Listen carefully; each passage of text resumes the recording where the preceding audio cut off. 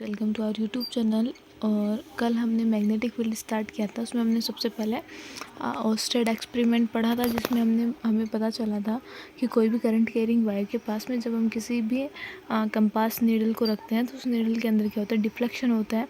Similarly वहाँ पे हमने एक और एक्सपेरिमेंट किया था कि कोई भी जो करंट कैरिंग वायर होता है ना, उसके पास में हम जैसे लोहे के चूर्ण मतलब कि मैग्नेटिक मटेरियल के छोटे छोटे कुछ भी पार्टिकल्स या एटम्स को हम जब वहाँ डालते हैं ना, तो वो जो पार्टिकल्स होते हैं वो कोसेंट्रेड सर्कल के रूप में अपनी ज्योमेट्री बना लेते हैं।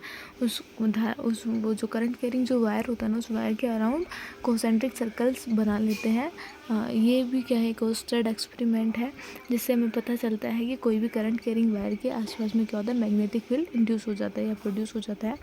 उसके बाद में आता है हमारा मैग्नेटिक फील्ड कि मैग्नेटिक फील्ड क्या होता है। सो मैग्नेटिक फील्ड एक ऐसा फील्ड होता है जिसके अंदर रखा हुआ कोई भी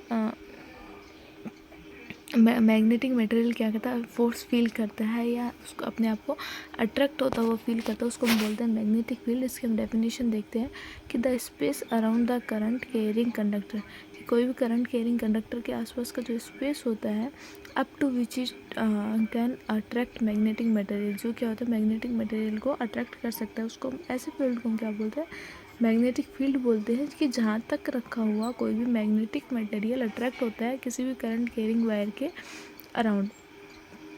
इसका जो ऐसा यूनिट होता है मैग्नेटिक फील्ड का, ऐसा यूनिट इस टेस्ला होता है और इसका सीजीएस यूनिट गॉस होता है। So here we can see that 1 tesla is equals to 10 की power 4 gauss. So 1 gauss is equals to 10 की power -4 Tesla.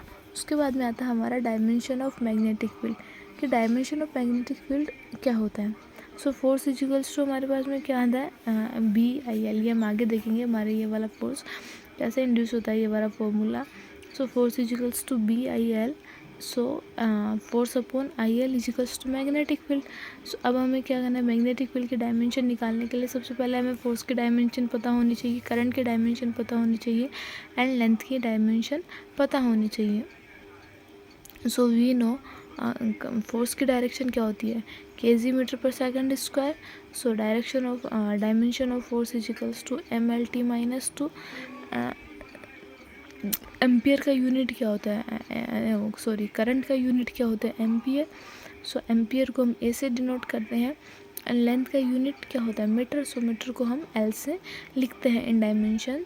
So after solving we find after solving we get m1 L0 because of 1 L ऊपर है positive का और एक L जब नीचे से ऊपर जाएगा तो उसकी पावर -1 हो जाएगी।